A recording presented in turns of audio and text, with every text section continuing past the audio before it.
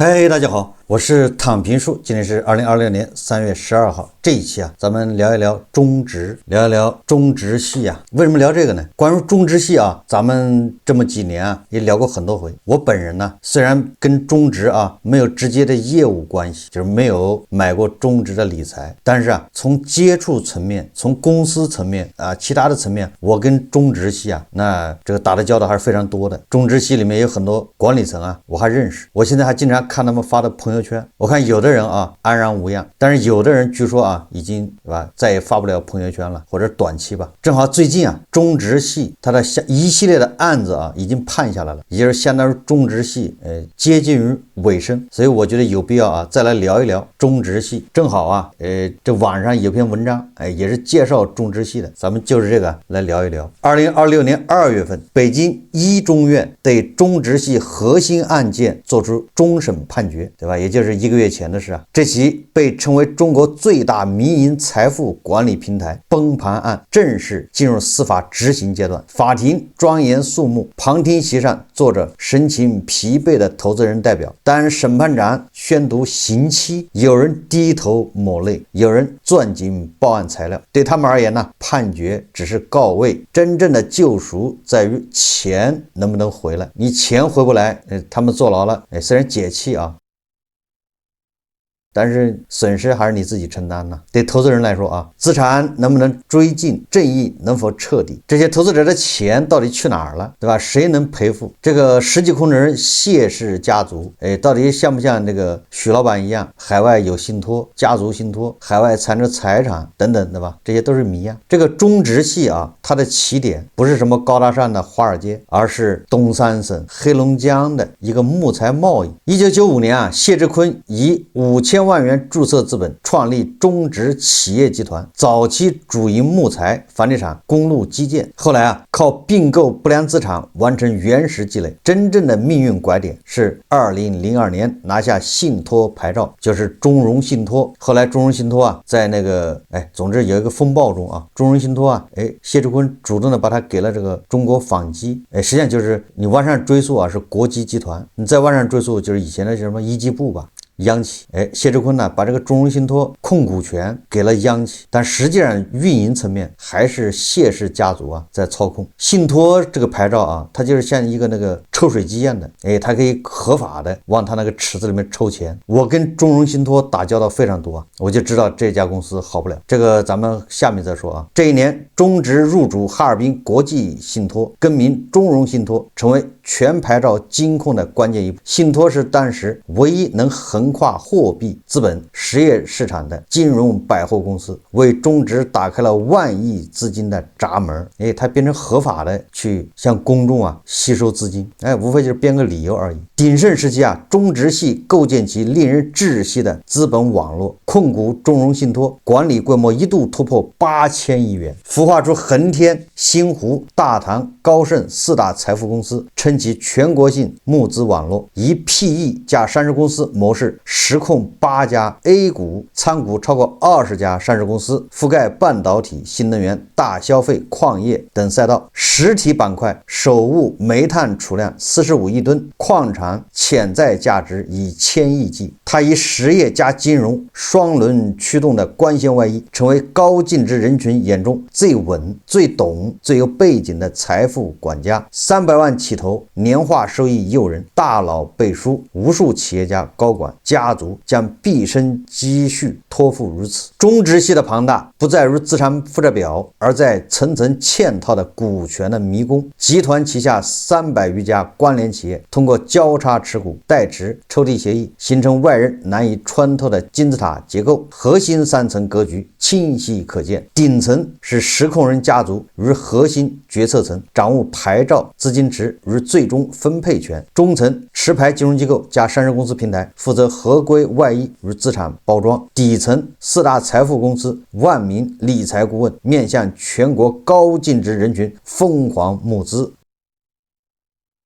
我曾经啊就是他们的募资对象，但是很遗憾啊，他们没能成功啊。风险的命门啊藏在定融产品里。2017年后啊，中植大规模通过金交所发行定向融资计划，以类信托、高收益、刚性兑付信仰为卖点，形成庞大的资金池。这个资金池有多大呢？涉案资金流水1.06万亿元。而这1.06万亿元到底是什么钱呢？实际上是80%用于借新还旧、还本付息，仅少量投入实体，也就是妥妥的典型的庞氏骗局。负债本息4200亿，账面可处置资产仅2000亿元，资不抵债超2600亿元。它不是简单的经营失败，而是以金融创新为名，行非法集资之时的系统性风险。实地走访中，多位前员工向记者证实，项目真假不重要，规模和佣金才是 KPI。说实话啊，对中植、对中融信托的了解，我比他们很多财务顾问呢都要清楚得多。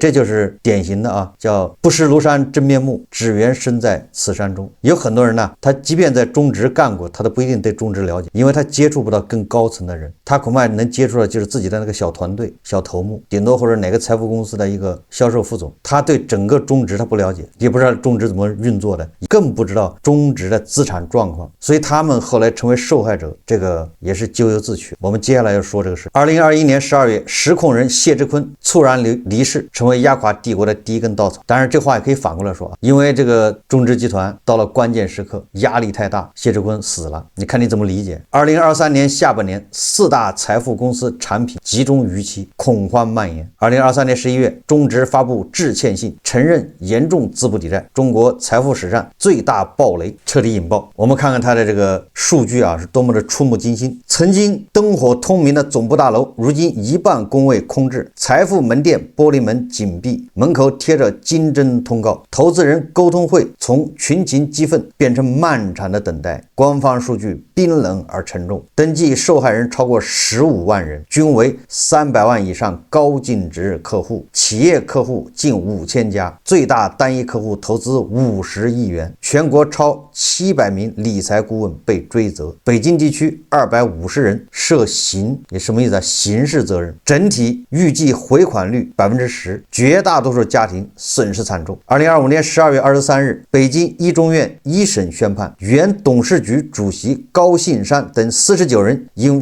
非法吸收公众存款罪获刑4年6个月至14年，顶格量刑。2020年1月，终审裁定维持，刑事追责尘埃落地。但投资人最关心的不是刑期，而是钱和资产，也就是我的钱能不能回来，追赃完损。所以我们重点是讲这个。前面啊，咱介绍一下中植，对吧？它到底怎么来的，怎么判的，危害有多大，受害者有多少。那后面啊，咱们就要介绍最后这些受害者，这所谓的受害者就是投资人，他们追缴情况，他们的资产挽回情况。这里面我们要通过一个判决啊来看一看，叫管中窥豹，可见一斑。刚才已经说了，总的缺口对吧是2000多亿，但这个数字啊，我可以说啊是缩水的。2020年2月份，北京法院一则不起眼的民事判决，将沉寂已久的中植系再次拉回公众视野。什么判决呢？这个是中植系里面2个理财顾问之间的纠纷，法院怎么判的？话说啊，理财经理范某在退缴139万元非法所得后，这个大家知道吧？我以前节目都说过了，一旦金针入驻，那金针要干的事情就是把那个财务账本一拿，银行的账单一拿，他就开始给这所有的人理财顾问发短信要退赃，争取主动。你要不退赃，对吧？那就是刑责。要退赃呢，就是名义上还有刑责，但是他可以不追究，就这个意思，宽大处理嘛。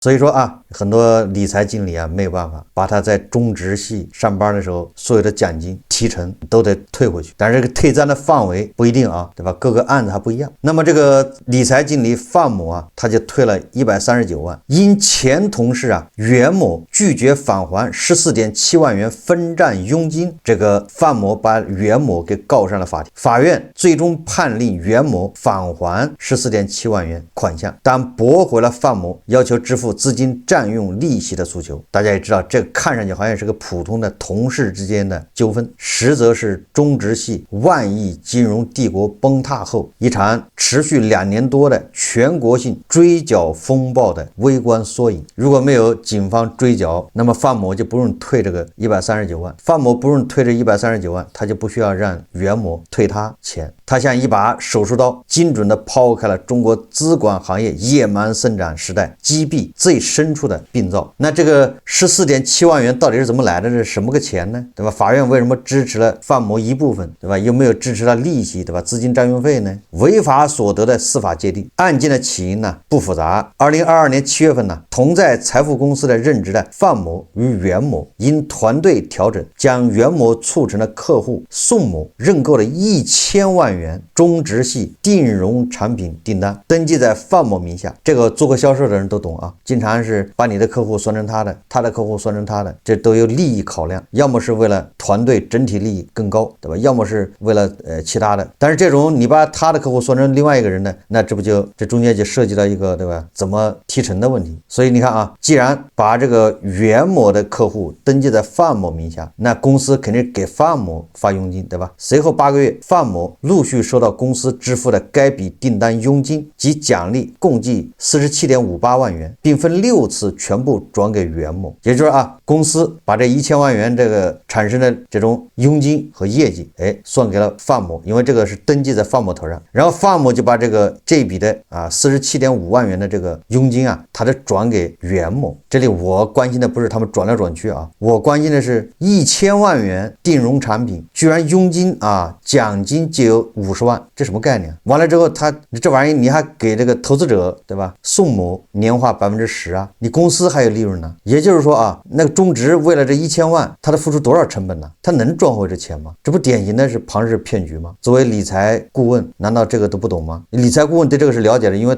你看这一笔你能提多少，你上面头还能提多少，团队的奖金还有多少，对吧？完了之后你给宋某人家投资人，你得按3个月或者半年付一次利息啊，那是10%啊，或者多少？那你这1000万投哪儿去了？能赚这么多钱吗？如果赚不了这么多钱，那不就是庞氏骗局吗？我们言归正传啊，转折发生在2024年3月16日，北京朝阳警方通报要求涉案人员退缴违法所得，也就是发短信呢，每个人都要收到短信啊，收到短信你赶紧去退钱就完了。作为登记销售人，范某向指定账户退缴了139万元，也就是警方可不管你这个中间曲里拐弯，对吧？猫腻说我是带谁领的，那人不管，钱发到你账户你来退，只有你给了谁那是你的事情，明白吗？所以警方他只找这个范某，对吧？你退139万完事，范某自己还领过的佣金啊，对吧？都是你把你这个退了就完了啊，打到你账户上所有的钱退掉，只有你把这钱又给了谁，那你自己找去吧。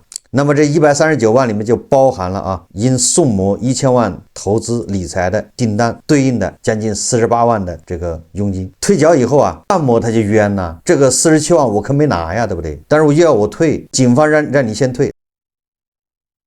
好，他退了之后，那范某就得向袁某要这47万，这没毛病吧？好了，这个袁某人家有人家的算法，他只给范某退了32.86万，这32.86万，总之什么意思呢？就是他有他的算法，当初公司给我是这么算的，我只能给你退32.86万，等于剩下的那个还14.72万呢？这个袁某说那是退税，个人所得税退税，对不对？还有这个什么营销竞赛奖，什么竞赛奖呢？就是我在这个团队里面排第3名或者第2名，或者对吧？怎么着的？是公司奖励我的奖金，跟你这个宋某的1000万关系不大，人家这么解释的，也就是算法上面产生了这个分歧，所以这个范某就到法院把这个袁某一告，对吧？你那14.7万你得退我明明给你47万，对吧？你这给我退回32万，我还差15万呢，你得还给我，就这么个事2025年11月27号，北京市顺义区人民法院作出判决，袁某也继续返还14.7万元，但驳回范某的利息诉求。那法院的依据是什么呢？无论收益表现为基础佣金、竞赛奖励还是反税款，总之都是违法所得。也就是在这个帽子叔叔在司法机关眼里，你这就是赃款，赃款就得退，就这么个意思你管你是什么名义，反正都是赃款属于法律意义上的违法所得，均需退缴。而利息诉求被驳回，凸显违法所得不受法律保护的基本原则，就是说你这个本身就是违法所得，你违法所得，然后你还跟人要利息，这也不行。违法所得产生的利息也不受保护啊，就这么个事。关键它是个判例，对吧？这大家也知道，这么一判决之后啊，它就形成了一个类似纠纷的关键判例。因为在中直系里面，这种情况太多了，不光中直系啊，就是做销售的啊，都有这种事。你比如说房屋销售或者是什么房屋中介，经常这么干，这个人的客户承的单说那个人，都是为了利益最大化啊，就这么简单，产生了纠葛。所以法院的判决就说明什么呢？违法金融活动中获取的任何名目的收益性质，也就是它的违法性质，它这个是赃款属性是一样的，都是违法所得。这起个案的背后是一场规模空前的全国性追赃挽损行动。2024年3月，北京朝阳警方首次通报并设立退缴专户以来，这场风暴已持续2年多，且不断升级。2024年是风暴的起点。同年9月，朝阳金侦在沈阳与债权人沟通时透露，北京已抓获162名理财顾问。这个所谓的中直系8大金刚全部被控制。8大金刚大家知道吧？每一个都有来头啊！你要看过《西游记》你就知道了，每个妖怪背后都有靠山。而这8大金刚实际上就是那个在前台的妖怪，编控人员超1000人，有1000个人不能离境。至11月，监管部门在天津投资人见面会上明确提出了100%完成理财顾问退佣追缴的目标。彼时，北京已追缴违法所得20亿元，成为全国标杆。什么意思啊？就这个是主管部门提出来，理财顾问的钱就是非法所得，要100%追回来。所以说这些理财顾问说白了也是牛马韭菜，违法所得，你这钱赚的当时挺开心的，那都是风光无两，是吧？一个个的人五人六，那都是金融人士高大上，年薪都是100万的，他们就是这样的，年薪100万就是佣金嘛，加到一起，这是什么样的一个生活？但是一退赃，他立马破产，对吧？因为你赚的再多，你都花掉了，买房买车变成包对吧？吃掉了，他不可能全部存银行所以这个时候让你原额退出来，那你得卖房子卖车，那房子车都贬值了，对吧？吃掉了你也吐不出来。所以他只要推赃基本上需要家里人帮忙，也就是说他只要推赃，基本上就是破产。你干的越好的，所谓的越好业绩越好的，你越破产的彻底。所以说要完成理财顾问100%的退佣金，北京市就追缴了20亿，就退出了20亿，你想想吧，成为全国标杆。为了退赃，北京已经抓了162个理财顾问，你不退就抓。所以这个大家想象一下有些违法所得赚的时候很开心但是没那个命花呀，一旦退那就破产了。2025年行动进入2次追缴深水区，由于应退金额与实际的到账差距巨大，监管矛头直指从未退缴者与象征性少量退缴者。多地基层理财顾问陆续接到专班的电话，大范围抓捕同步展开，就抓人了给你时间了，你不退或者退个对吧几千几万的象征性的退都不行。截至2026年2月，北京、西安、成都、沈阳、天津等多地已设立专项工作小组，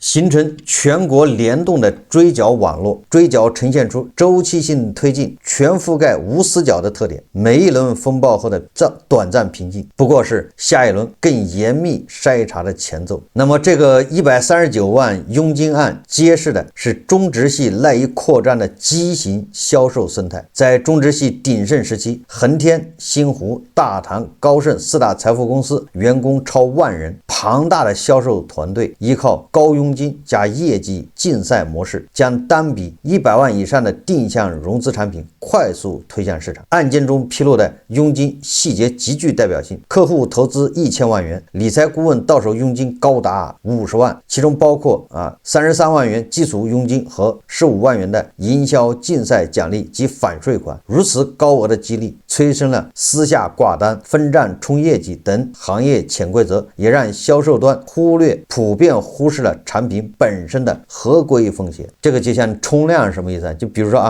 达到1个亿，你的提成是8个点，超过1个亿到2个亿之间的，那这个提成又变成12个点，对吧？2个亿到3个亿之间的，这个提成变成15个点，就是阶梯式的。那大家都把单子挂我名下，我冲到8亿，我的提成不就高了吗？提成一高，我给大家分嘛，对吧？你自己单独算，你的提成就8个点，对吧？挂到我这儿算，我给你10个点、12个点，你不就多赚了吗？了吗？你看这就是挂单就挂谁名下，这都说来说去就是利益最大化啊！这么高的返佣，本来应该对吧？对这个产品的风控，对这产品的本质，你就应该产生怀疑了。但是他们为了赚钱，早就没有了良心啊！当帝国崩塌，这些曾经依赖潜规则获利的从业者，瞬间从财富精英沦为被追责的对象。上海某理财顾问被传讯后需退赔343万元，退赔态度直接决定其面临实刑还是缓刑。许多基层从业者这才觉醒，惊觉自己早已被卷入违法链条，退佣担责成为逃不掉的结局。中植系的崛起与覆灭始终围绕多牌照布局加定向融资模式核心逻辑，其金融布局堪称全牌照迷宫。除4大财富公司外，还持有或参股多家资产管理公司以及持牌金融机构，覆盖信托、公募、保险、期货等多个领域。其中中融信托扮演着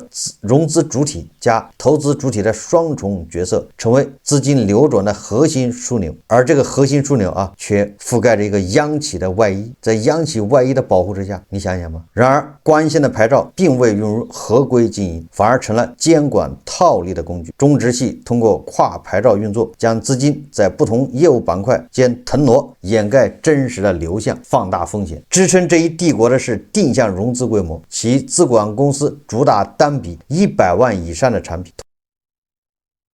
通过财富公司销售网络募集资金。这种模式看似面向高净值客户，实则规避了公募产品严格监管，还缺乏有效风控。司法审计显示，其发行的 1.06 万亿定融产品中 80% 用于借新还旧，仅 20% 流向真实的项目。这种脱离实体经济的资金空转注定无法持续。风暴中最煎熬的莫过于15万投资者，他们最关切的是本金能否拿回，能拿回多少？根据官方披露，中植系账面资产2000亿，负债4600亿也就是缺口还有2600亿。关键的关键也就是他这个资产2000亿还无法变现，550亿元上市股权已经大幅贬值，700亿元的信托及资管计划底层项目逾期率高，400亿元实体资产多位于3、4线城市，流拍风险大。截至2025年末，资产变现率仅为 43%， 也就是他账面资产2000亿，变现回来只能变几个亿43%呢，就是不到1000亿吧。但是他负债是4600亿，那就还差3600亿。对付遵循刑民并行原则，司法机关通过追缴违法所得、理财顾问佣金退回等方式，以归集超过40亿元资金，将优先用于赔偿定融投资者。首批兑付有望于2026年年中落地。然而在破产清算程序中，定融投资者作为普通债权人，清偿顺位排在职工债权、税款债权以及有担保的金融机构债权之后，业内普遍预估最终清偿率可能在 20% 到 40% 之间，且整个兑付过程能持续2到3年。我觉得能有 30% 的兑付率就非常不错了，说明警方确实在下功夫。多地设立的专班与沟通渠道虽能定期通报进展，却难以缓解投资者的焦虑。如何在追赃挽损与保护投资者权益间找到平衡，是监管面临的最大挑战。中植系的覆灭是中国资管行业一场迟来的刮骨疗毒。长期以来，高佣金激励加渠道扩张、粗放模式大行其道，合规风险风控被抛在脑后。这场持续2年多的追缴风暴，彻底打破了违规无成本侥幸心理。监管层面深刻反思，中植系的跨牌照套利暴露了跨领域监管的协同不足，销售端的畸形激励反映出对从业者行为监管的缺位。如今加强牌照全流程监管，建立佣金追溯机制，强化从业者合规培训，已成为行业共识。行业共识就是我们对金融业的这个管理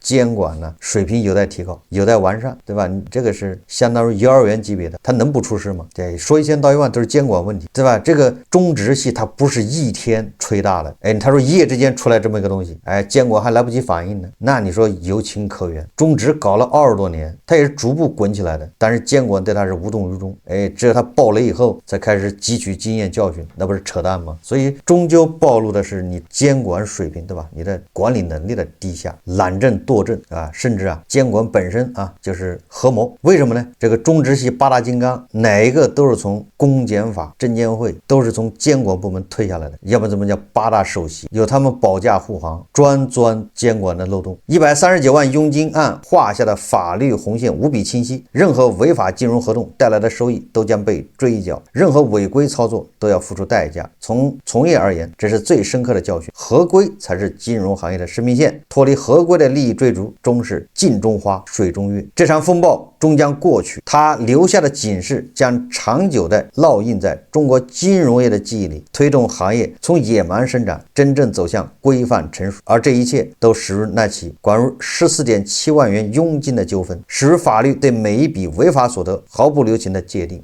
这里面啊，监管的责任咱就不多说了，以前节目说了很多，对吧？归根结底是监管的责任。但是啊，这里面所谓的投资者，所谓的理财顾问，有一个算一个，没有什么值得同情。他们既是受害者，也是帮凶，也是助纣为虐者。但他们在，对吧，年薪100万的时候，但他们在这个衣着光鲜亮丽的时候，他难道不知道这是在犯罪吗？你连这个是犯罪都不知道，那你在赚你认知之外的钱，你知道风险有多大吗？2021年10月份吧，就是恒大暴雷1个月以后啊，我就接到了中植理财的电话。这个我在节目里面说好多回，对吧？我就是开玩笑，我就是想看一看中植理财它是什么态度，所以我编造了一下。我说我啊买了恒大理财，现在暴雷了，你有什么办法帮我要回来，或者你给我支招？你也是理财吗？业内人是不是更知道这些门道吗？是吧？你给我支招，我怎么能把这个钱要回来？结果他给我支的招就是这个钱要不回来了，你呀买我们理财产品弥补这个损失。你看他支的招是从一个坑跳到另外一个坑，坑死为止。我问他卖的是什么产品，对吧？当时好像他年化是8%吧。我说你产品你投到哪儿去啊？什么公司什么项目？大家知道啊，因为我是做过信托的，我还设计过好多信托产品，对吧？信托风控怎么交易，所以他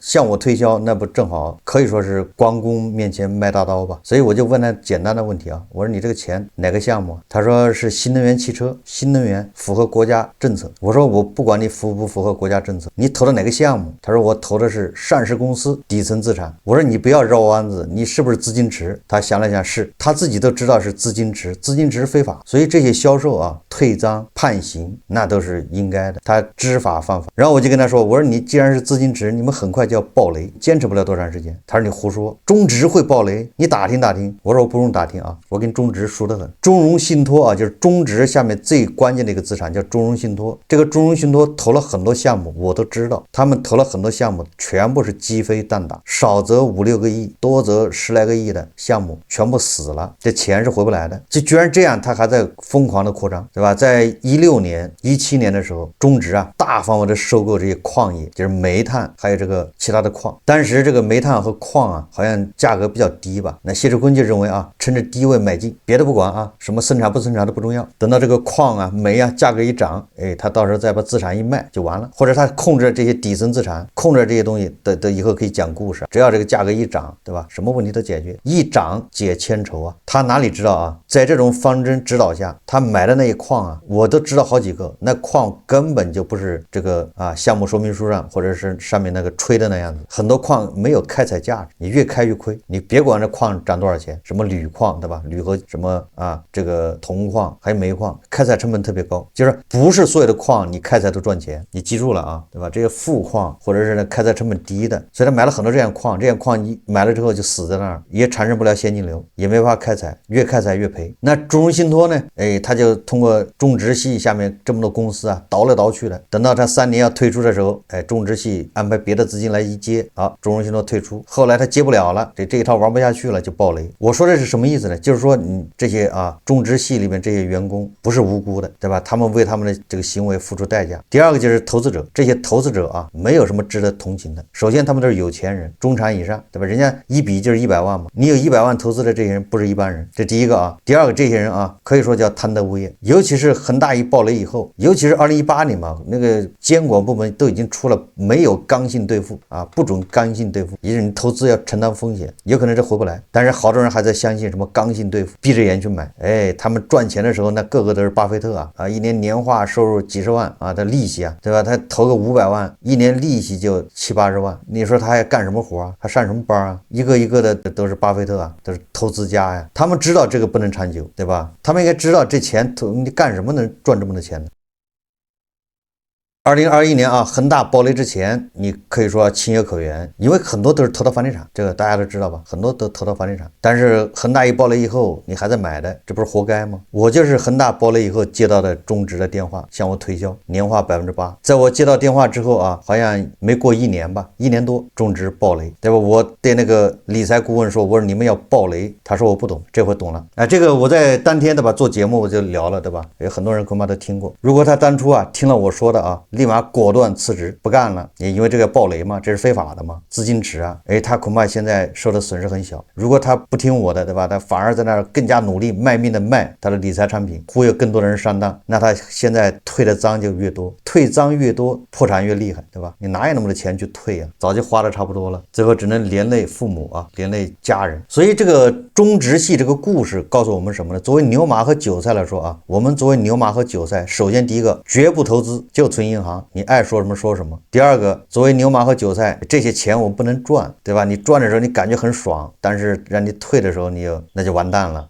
我们找工作很难，但是再难你也不要去这种，对吧？你一看就是违法犯罪的公司，不要去。表面上给你1个月发2万，你很开心，到时候让你退的时候你就惨了，对吧？一旦你知道这公司啊违法，你早点，对吧？主动的离开，惹不起躲得起啊。哪怕是送外卖啊，开网约车，那赚的是合法的钱。这些理财顾问啊，很多人还要判缓刑，就是你把钱全部退了，给你判3缓3，或者判2缓3。一旦判刑，你这是要进档案的嘛。所以我们作为牛马啊，一不投资，对吧？我不赚我认知之外的钱。第二呢，我也不去干这事，工作再难找，那我找那些踏实的，对吧？如果你这个码农啊，写代码的，你要发现你们公司，对吧，干这些违法勾当的，你就代码都别写了，趁早找个别的工作，不要到时候悔之晚矣啊。好，这期节目我们就聊到这里，感谢大家收看。如果喜欢我的节目，欢迎订阅转发，也可以在下方留言评论，谢谢大家。